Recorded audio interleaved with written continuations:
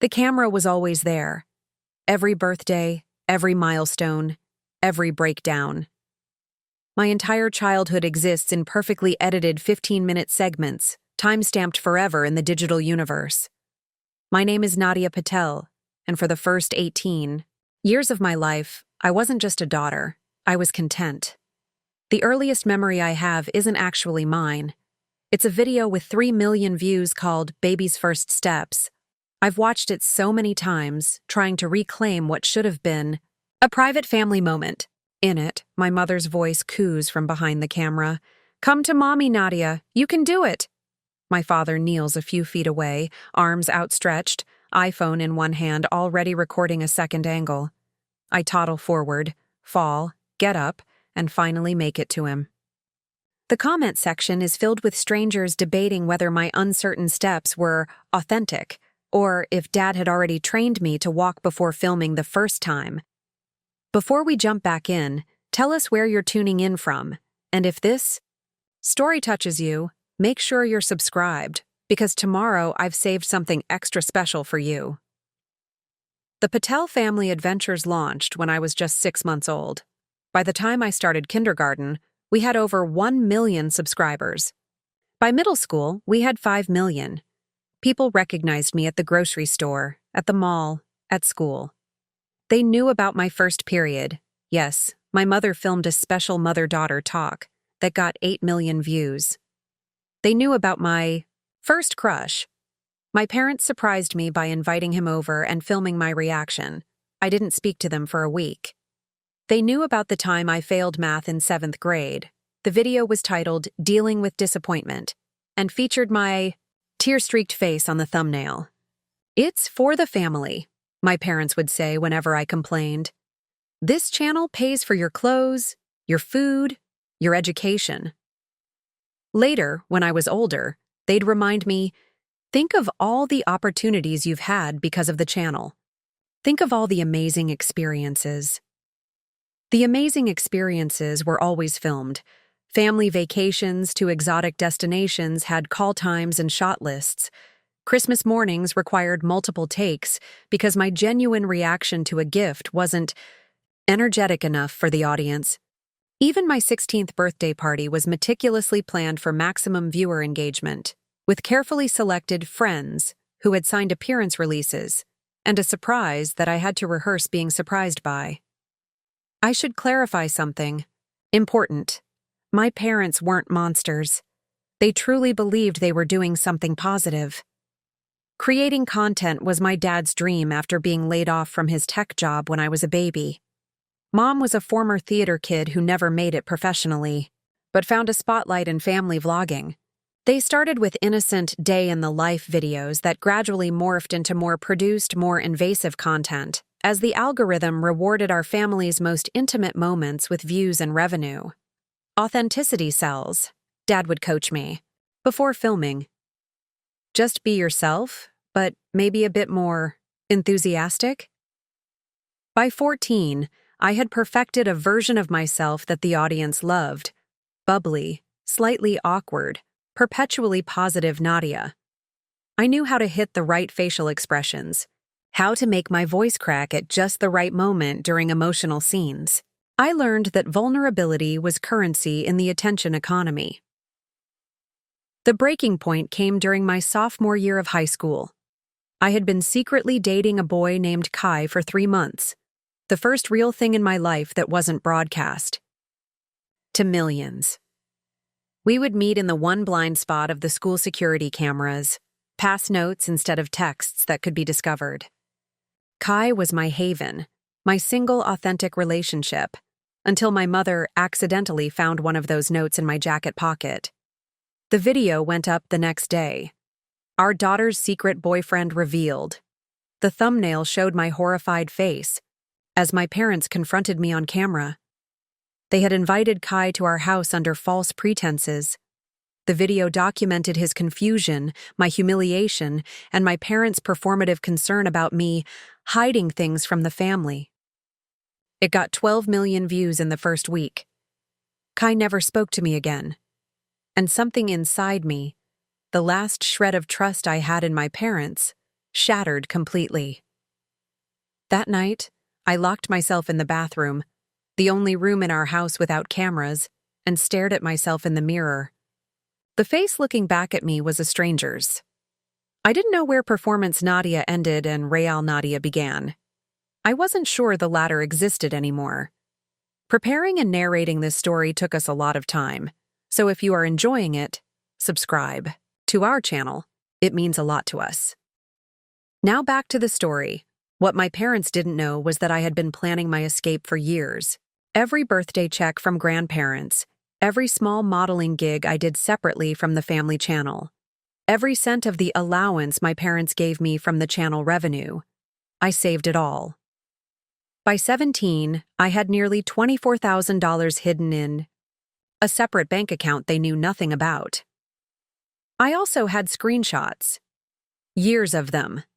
Screenshots of emails where my parents discussed staging realistic family arguments for views. Text messages about reshooting Christmas morning because I didn't look happy enough with my gifts. Notes from my father about analytics showing that videos featuring my emotional distress performed 40% better than regular content.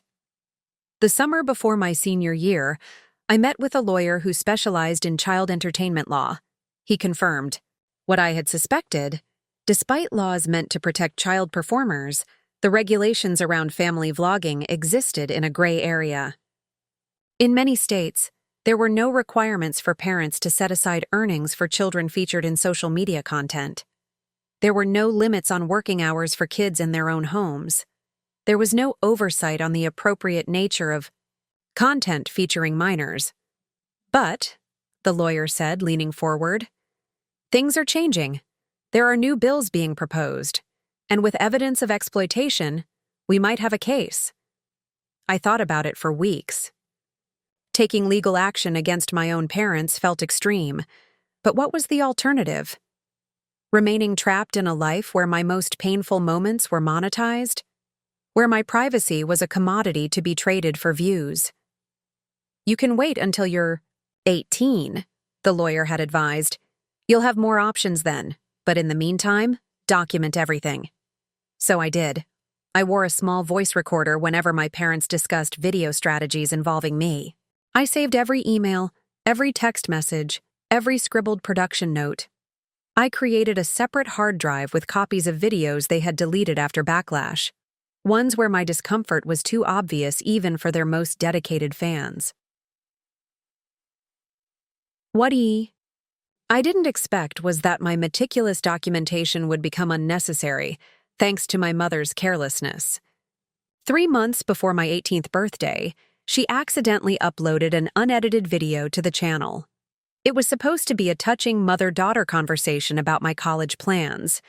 What viewers saw instead was 40 minutes of raw footage, including my mother instructing me exactly what to say about my future, my father interrupting repeatedly to suggest I act more tearful about leaving home, me breaking down in genuine frustration and being told to save the real crying for when we're actually filming, multiple takes of the same spontaneous emotional moment, my mother physically positioning my hands and face for better angles.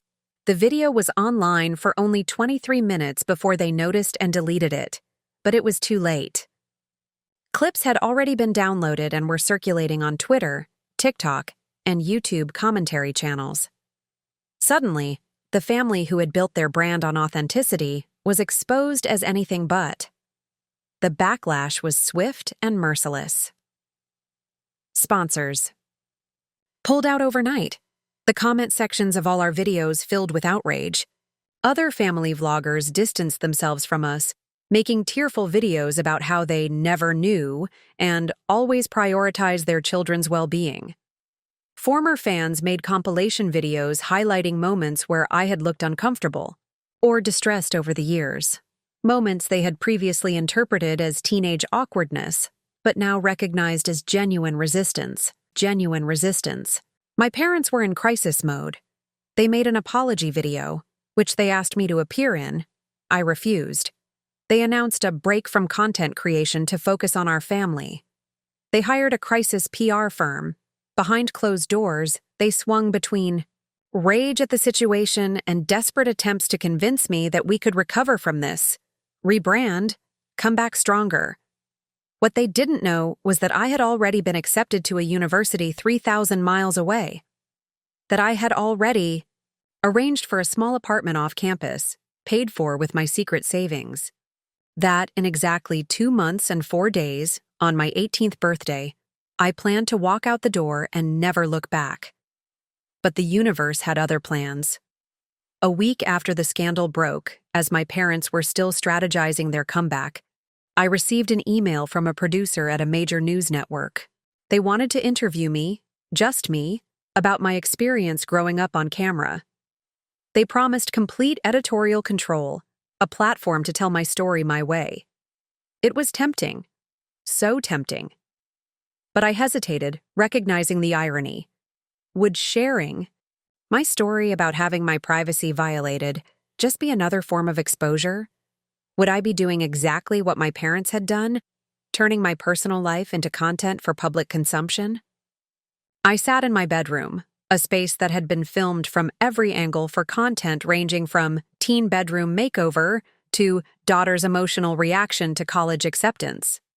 I looked at the walls that had never truly been mine, the space that had always been a set first and a sanctuary second. And then I made my decision.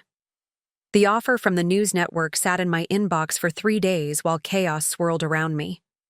My parents were barely speaking to each other. Dad spent hours locked in his office, frantically calling everyone he knew in the industry. Mom alternated between crying fits and manic planning sessions for the channel's triumphant return. Neither of them noticed I was already packing. Small things, sentimental items I couldn't bear to leave behind, smuggled into storage bins that I labeled donation, so they wouldn't look twice. On the 4th day, I replied to the producer. I wouldn't do an on-camera interview, I explained, but I would consider a print interview with a respected journalist, someone who would understand the complexities of my situation, someone who wouldn't turn my story into just another viral moment. The producer connected me with Leila Munoz, an investigative reporter who had previously written about child performers and the gaps in legal protection for kids in digital media. We spoke on the phone first, my phone, the one my parents didn't know about, while sitting in my car 3 blocks from our house. Leila didn't record our conversation. She just listened. "This isn't just about your family," she said when I finished telling her everything. "There are thousands of children being exploited for content. Your story could help change that." We arranged to meet in person the following week. I told my parents I was going to a college prep workshop. They were too absorbed in their own crisis to question it or even suggest filming a getting ready for college video. The absence of cameras felt like missing a limb, strange, but somehow freeing. Leila met me at a quiet cafe 2 towns over. She looked exactly like her byline photo, gray-streaked hair pulled back, sharp eyes behind tortoiseshell glasses. She bought me a latte and asked if she could take notes. No recording, no photos. Just words on paper, like journalists used to do before everything became content. "Start from the beginning," she said. "Not the story your parents told on camera, but your story," so I did. I told her about growing up with 2 versions of my parents, the on-camera personalities and the stressed, often angry directors who emerged the moment filming stopped. I told her about homework neglected because filming schedules always took priority, about friendships that dissolved because other parents didn't want their children on our channel, or worse, because they only wanted their children to access our platform. I showed her the scars on my knees from falling off a bike 14 times because Dad insisted on getting the perfect shot of learning to ride. I described the panic attacks I'd started having at 13, always in the bathroom with the shower running to mask the sound of my gasping breaths. I explained how I'd learned to compartmentalize, to turn my emotions on and off like switches, a skill no child should have to master. "What about the money?" Leila asked, her pen pausing. "Family channels can be lucrative." "They are," I confirmed. Our house is paid off. My parents drive luxury cars. We took extravagant vacations, all filmed, of course. I never wanted for material things. But what about your earnings? Legally, there's nothing, I cut in. Traditional child actors have Coogan laws to protect their earnings. Kids on YouTube have nothing. My parents claim they've set up a college fund for me, but I've never seen documentation. When I asked last year, they said I needed to focus on content creation, not finances. Layla's eyes narrowed as she scribbled furiously. And you've been planning to leave? I nodded, explaining my secret bank account, my university plans, my countdown to 18. As I spoke, I realized I was telling her things I hadn't fully admitted even to myself. How, despite everything, I still loved my parents. How I understood they hadn't set out to exploit me. They just followed the incentives of a system designed to reward family exposure. How sometimes, in rare unrecorded moments, we had glimpses of what a normal family might feel like. The hardest part, I said, staring into my cold coffee, is that my entire childhood is public property. Every embarrassing moment, every vulnerability, it's all out there for anyone to watch and judge. I can't erase it. I can never get my privacy back. Before we jump back in, tell us where you're tuning in from, and if this story touches you, make sure you're subscribed, because tomorrow I've saved something extra special for you. Layla's article was published exactly 1 week before my 18th birthday. The headline was simple but devastating. The High Price of Family Fame. One vlogger child's story. She had done exactly what she promised, told my story without sensationalizing it. The article wasn't just about my family. It positioned us within the larger context of family vlogging, interviewing psychologists about the potential developmental impacts on children, legal experts about the regulatory gaps, even former family vlogger kids who had similar experiences. My story was the central thread, but the tapestry was much larger. The morning it was published, I woke up to my phone exploding, with notifications. Former classmates, distant relatives, even a few followers who had somehow found my private social media, all sending messages of support, shock, or in some cases criticism for betraying my family. I didn't read most of them. Instead, I sat on my bed, waiting. I knew exactly how long it would take my parents to see the article. Dad always checked social media trends with his morning coffee. Mom had Google alerts set up for our family name. The scream came at exactly 7:43 a.m.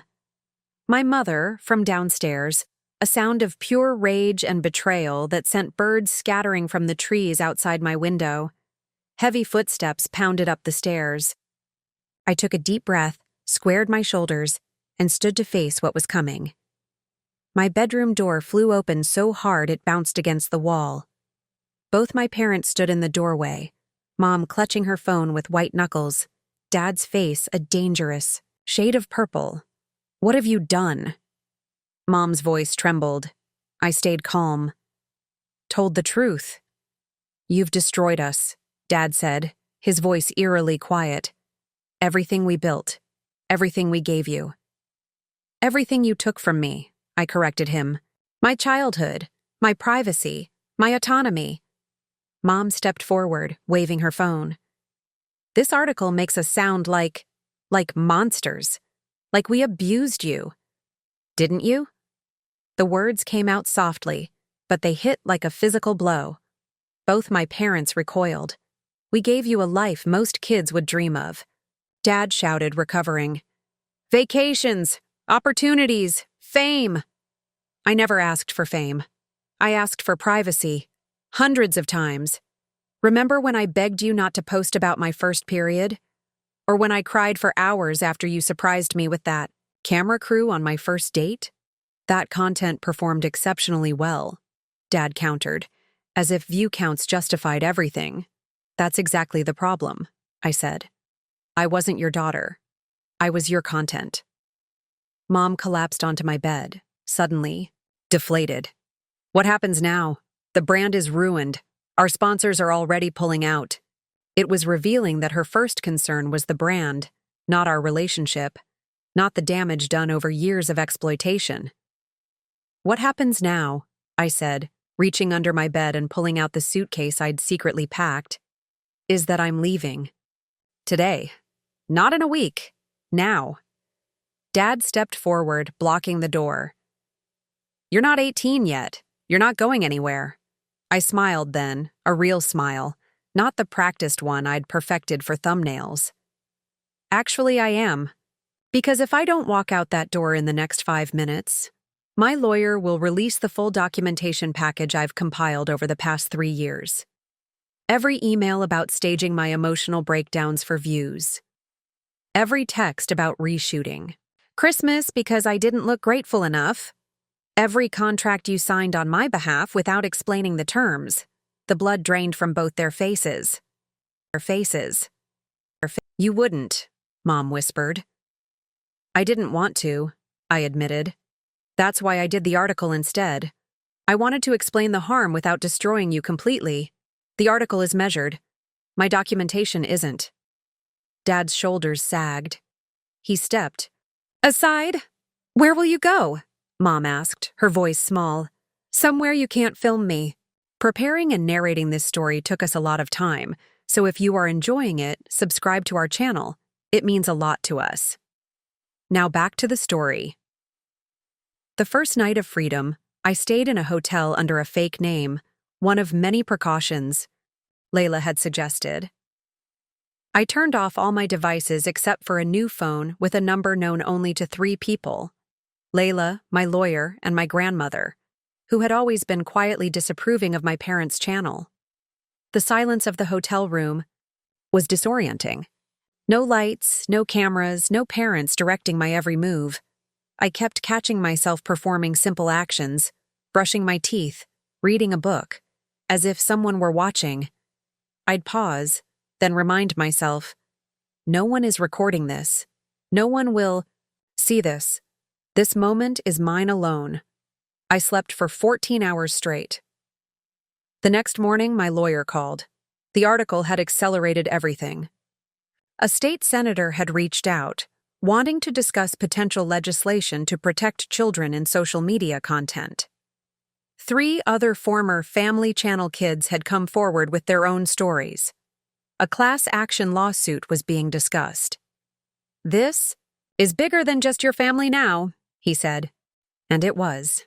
Within days, major news outlets were running stories about the dark side of family vlogging. Advertisers were publicly reconsidering their partnerships with family channels. Parent influencers were posting frantic videos about how they always put their children first and get consent before posting. The platforms themselves were issuing vague statements about community guidelines and family-friendly content. None of it felt like victory. Just exhaustion and a strange emptiness where the anger had been. A week after leaving home, I received an email from my father. Just a single line. "The college fund is real. The money is yours." Attached was documentation of an account in my SAI name with just over $1.2 million. A fraction of what the channel had earned over the years, but more than enough for university and a fresh start. I stared at the number for a long time, trying to decide if it felt like fair compensation for a stolen childhood or just another form of guilt-assuaging transaction. That same day, my mother sent a text. "I miss you." Nothing else. I didn't reply to either of them. Instead, I called my grandmother, who lived in another state. "Can I come stay with you until college starts?" I asked, suddenly feeling very young and lost. "I've already made up the guest room," she replied, as if she'd been expecting the call. Living with Grandma was a crash course in normal family life. No one filmed our dinner conversations. No one suggested I change clothes because that color doesn't pop on camera. No one treated my emotions as content opportunities. It was quiet, sometimes boring, and utterly wonderful. On my actual 18th birthday, Grandma made pancakes and stuck a single candle in them. She didn't sing or make a fuss. She just squeezed my hand and said, "Make a wish that's just for you, not for anyone else." I closed my eyes and wished for something I'd never had, an ordinary life. That afternoon, as Grandma napped, I sat on her porch swing and opened my laptop. For the first time in weeks, I navigated to my parents' channel. They had posted exactly one video since the scandal broke, a somber 10-minute apology titled simply, "We're sorry." The view count was in the millions, but the comments were disabled.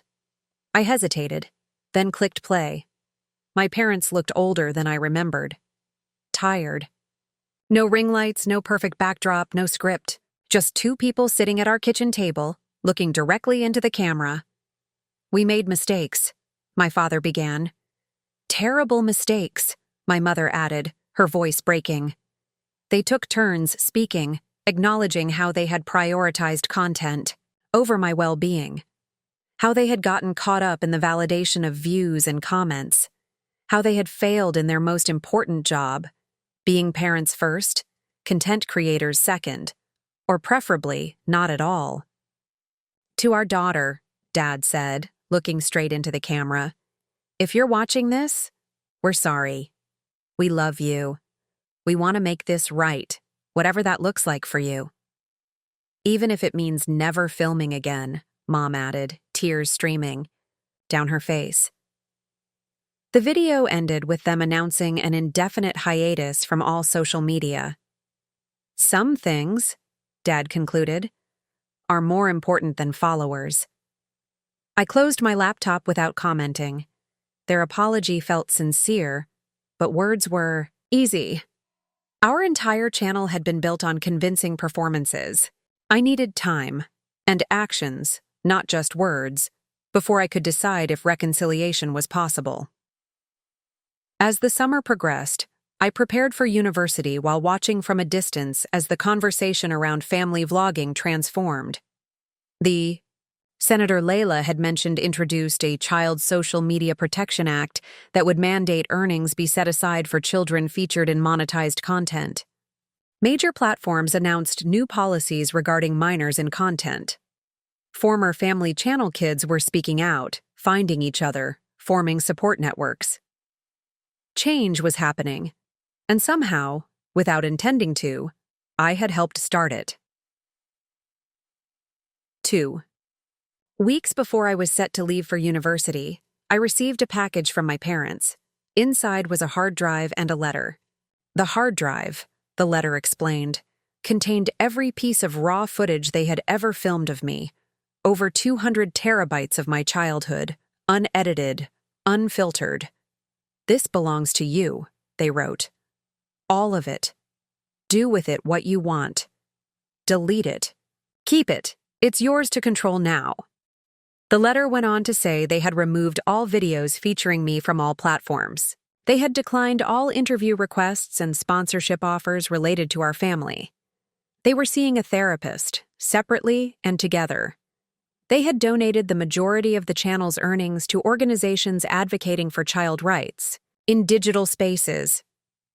"We know we can never undo what we did," the letter concluded. "But we're trying to learn, to grow, to be the parents you deserved all along. Whenever you're ready, if you're ever ready, we'd like to begin again.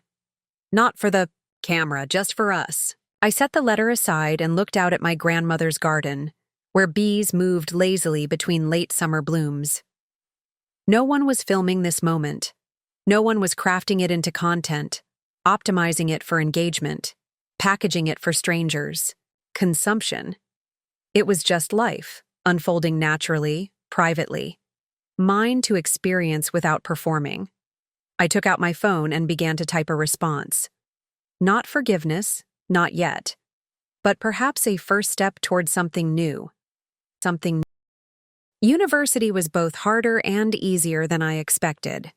Harder because I had to learn basic life skills my content creator childhood hadn't prepared me for. How to do laundry without filming a college hacks tutorial. How to study consistently. Instead of cramming for exams during scheduled content breaks. how to cook meals that weren't sponsored by meal kit services, easier because, for the first time in my life, I was anonymous. Just another freshman finding her way. No one stopped me in hallways asking for selfies. No one quoted embarrassing moments from my childhood back to me. When I introduced myself as Nadia, there was no flicker of recognition, no, wait, aren't you that girl from? I'd chosen a small liberal arts college on the opposite coast from home, specifically for its strict privacy policies and lack of social media presence. My acceptance letter had come with a personal note from the dean of students, acknowledging my unique situation and assuring me they were committed to protecting my privacy. I didn't know if Layla had pulled strings behind the scenes or if the admissions team had simply recognized my name from the article, but I was grateful. My roommate, Zoe, was a literature major from Wisconsin who had never heard of the Patel family adventures. When I cautiously explained my background one night over microwaved ramen, she just shrugged and said, "That sounds awful. Want to watch this documentary about deep-sea creatures instead?" Her casual dismissal of my former fame was exactly what I needed. I declared a major in psychology with a minor in media studies, choices that my academic advisor diplomatically described as processing your experiences through education. He wasn't wrong. Every paper I wrote on developmental psychology or media ethics inevitably circled back to my own childhood. Sometimes it felt therapeutic. Other times, it ripped open old wounds. Midway through my first semester, I received an email from a producer at a streaming service.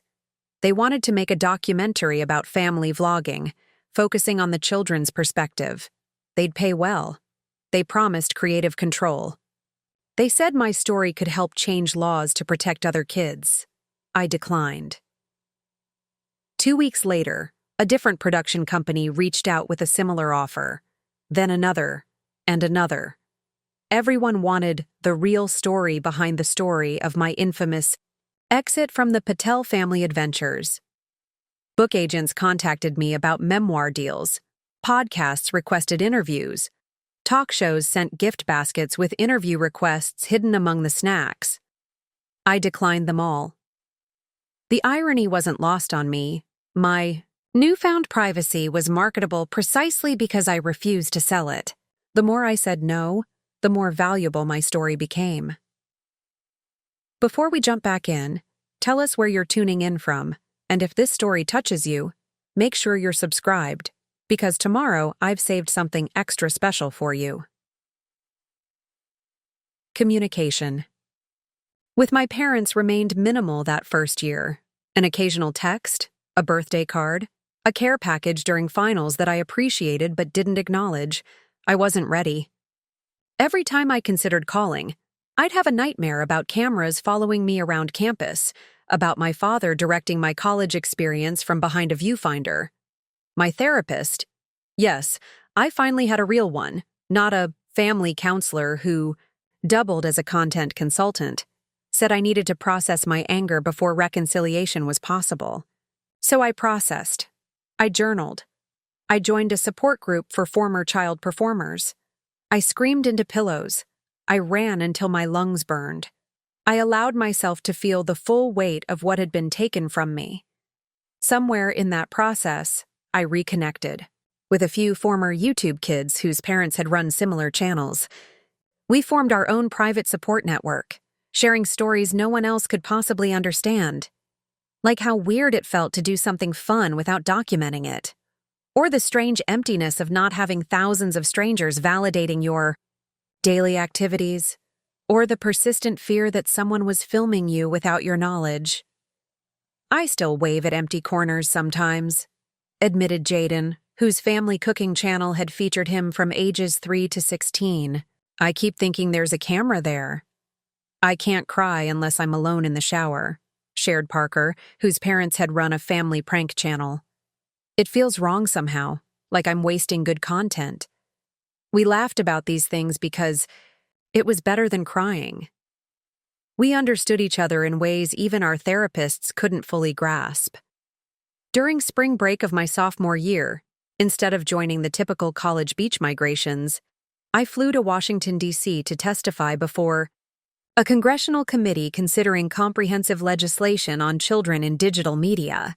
The Childhood Protection in Digital Spaces Act would establish the first federal guidelines for minors appearing in monetized online content. The hearing room was packed with advocates, industry representatives, platform executives, parents, and former Family Channel kids like me. When my turn came to speak, I left my prepared statement on the table and simply told my story. No performance, no practiced vulnerability, just the unvarnished truth of growing up as content first, child second. My parents weren't evil, I concluded. They were responding to incentives created by platforms, encouraged by viewers, and unrestrained by regulations. This isn't about punishing parents who've already monetized their children's lives. It's about protecting the next generation from having to reclaim their privacy the way I had to. The bill passed 6 months later, establishing minimum requirements for earnings to be placed in trust accounts for minors featured in monetized content, limitations on hours of filming, privacy protections, and the right for children to request, removal of content featuring them once they reached adulthood. It wasn't perfect, but it was a beginning. Preparing and narrating this story took us a lot of time, so if you are enjoying it, subscribe to our channel. It means a lot to us. Now back to the story. The summer after my sophomore year, I faced another decision. My journalism professor had connected me with the editor of a major online publication. They wanted me to write about my experiences, not an interview, not a profile, but my own words, my own perspective on the evolving landscape of children in digital media. My first instinct was to decline, as I had all the other offers. But something about this felt different. Not exploitation, but contribution. Not performance, but perspective. I spent 3 weeks drafting, revising, and polishing the essay. It wasn't about my parents, though they featured in it. It wasn't about me, though my experiences framed it. It was about the system that had created hundreds of kids like me, digital-age child performers without the protections afforded to traditional child actors. The essay was published under the title, "We Are Not Content, a Former Family Vlogger," on children's digital rights. It went viral within hours, not because of my name or history, but because of the clarity it brought to a complex issue. Parents reached out, some defensive, others questioning their own social media practices with their children. Lawmakers cited it in debates. University courses assigned it as reading. I didn't read the comments. What I did read, however, was an email from my father that arrived the day after publication. "You've become a better writer than I ever was," he wrote, "and a much better person than I taught you to be." It was the first communication from him that felt completely authentic, with no hint of performance or agenda. Just a father, proud, and regretful in equal measure. I stared at those words for a long time before writing back. "I'm coming home for Thanksgiving. Just for the day. Just to talk." The house looked smaller when I returned. Or maybe I had grown. My parents greeted me at the door, awkward and hopeful. They'd aged visibly in the 2 years since I'd left. Mom's hair had streaks of gray she wasn't coloring. Dad had lost weight, the perpetual bags under his eyes now permanent features. No cameras anywhere, not even phones on the table during our meal. Conversation was stilted at first, full of safe topics and careful phrasing. Then Mom blurted out, "We've been in therapy." At the exact moment I said, "I'm minoring in media studies." We all laughed, and something tight inside my chest loosened slightly. After dinner, Dad showed me his new job. He was teaching digital marketing at a community college. "I tell them all the things not to do," he said with a sad smile. "I've become a professional cautionary tale." Mom had returned to local theater, acting in and directing community productions. "It's tiny audiences, but it feels more real," she explained, "and no one films it." They had converted my old bedroom, once meticulously decorated for optimal filming aesthetics, into a simple guest room. My childhood mementos were boxed neatly in the closet. "We thought you might want to go through them someday," Dad explained. "Decide what to keep?" I nodded, touching the plain blue bedspread. "Maybe next time." It wasn't forgiveness, not fully. But it was a beginning. That night, back in my dorm room, I opened my laptop and did something I hadn't done in years. I watched old videos of myself. Not the perfectly edited episodes that had been posted to our channel. Those were long gone. From the internet. Instead, I watched raw clips from the hard drive my parents had given me, the unedited moments between the performances. There I was, at 7, asking my father to please stop filming because I was tired. I was tired. I was, at 9, practicing my surprised face in a mirror before a staged gift reveal. At 12, in tears after a planned, heartwarming volunteer segment had gone wrong. At 15, silently turning away from the camera, shoulders rigid with anger. But there were other moments, too. Genuine laughter during a family vacation, my mother helping me with homework, the camera forgotten on a nearby table, my father teaching me to ride a bike. Yes, the same day as the 14 takes. But this clip showed the genuine triumph in my eyes when I finally succeeded. The truth, I realized, was more complicated than the narrative I'd constructed. My childhood hadn't been entirely performance. Real moments had happened alongside the staged ones. Real connections had formed despite the cameras. My parents had loved me, even as they exploited me. Both things could be true simultaneously. Closed the laptop and stared out my dorm window at the stars. The past couldn't be rewritten. The videos would always exist, digital ghosts of a childhood spent on display. But my future was unfilmed, unscripted, mine alone to shape. By my senior year of college, I had become something of an unofficial expert on children's digital rights. I guest lectured in media ethics classes. I consulted with tech companies developing age-appropriate guidelines. I mentored younger, former content kids transitioning to normal life. The week before graduation, I received an unexpected call from Layla Munoz, the journalist who had first helped tell my story. "I'm working on a follow-up piece," she explained. "Not just about you, but about the movement you helped start. The legislation, the platform changes, the cultural shift away from family vlogging." "It's not because of me," I protested. "Not entirely," she agreed. "But you were the catalyst. Your story changed things, Nadia." Had it? Family vlogging hadn't disappeared. Nothing ever truly disappears from the internet. But it had transformed. The most popular family channels now focused on parents rather than children, with kids making occasional, age-appropriate appearances rather than carrying the content. Platforms required verification of trust accounts before monetizing child-featuring content. Schools had developed policies about recording on campus. The conversation had fundamentally changed. Layla wanted to interview my parents for the piece. "Only if you're comfortable with it," she assured me.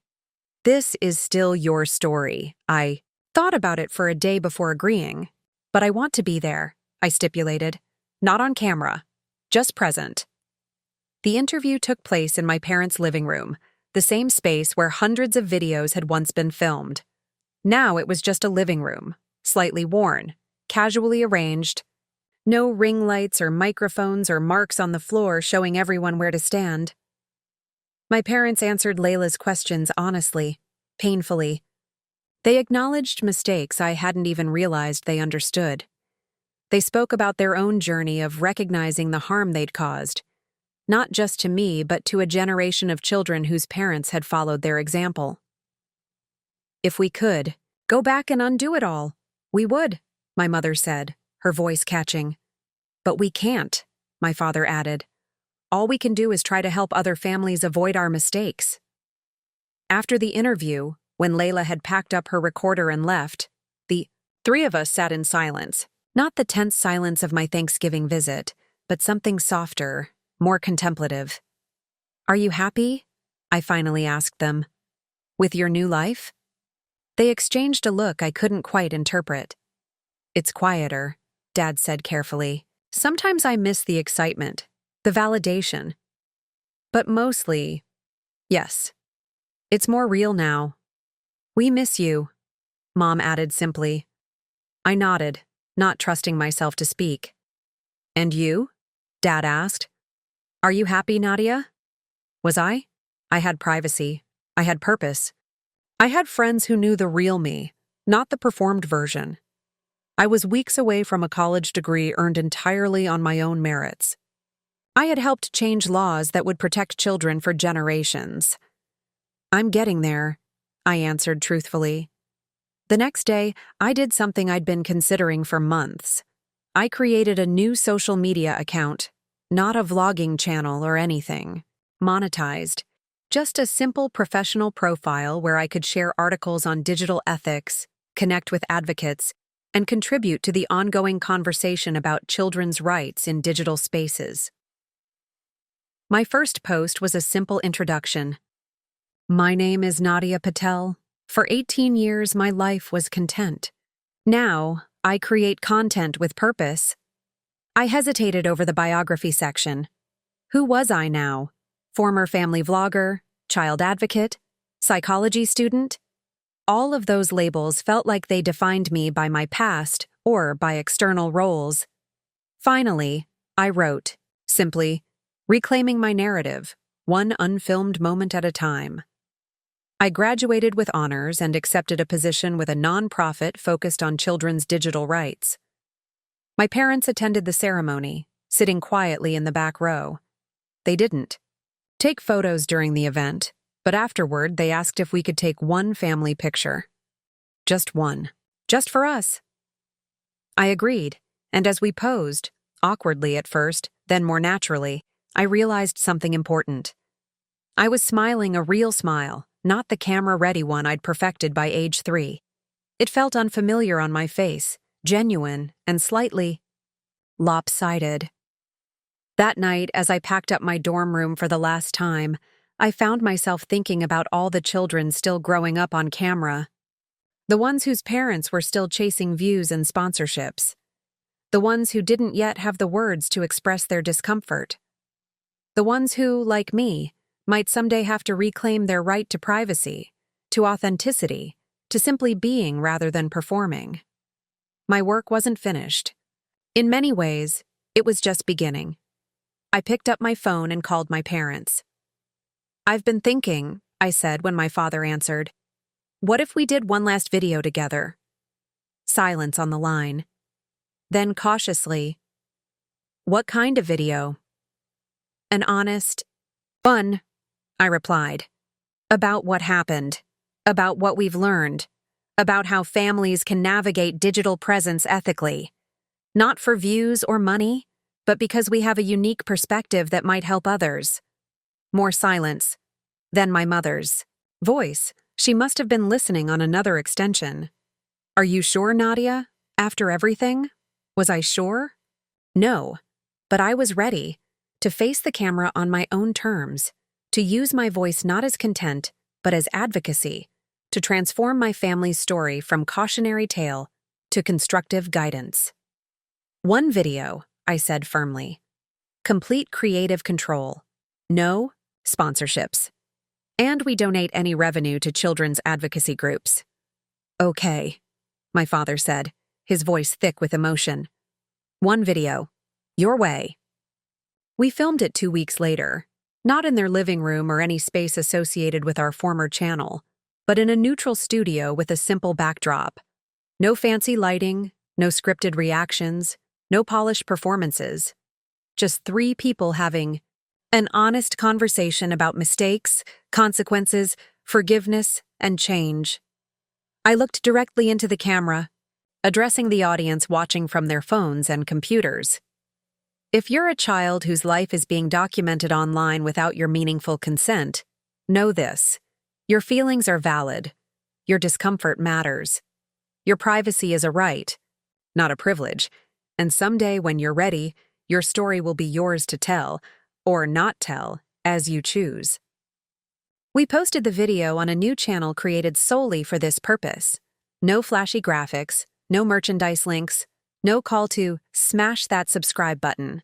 Just a simple title: Family After.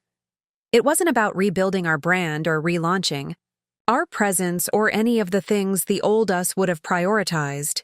It was about closing a chapter properly, about transforming pain into purpose, about offering something constructive from our collective mistakes. After it was uploaded, I shut my laptop and went for a long walk alone. No cameras followed. No one documented the moment. Just me, moving forward into an unfilmed future, steps no longer choreographed, emotions no longer performed, life no longer content. Just life. Private, authentic, mine. Up next, you've got 2 more standout stories right on your screen. If this one hit the mark, you won't want to pass these up. Just click and check them out. And don't forget to subscribe and turn on the notification bell so you don't miss any upload from us.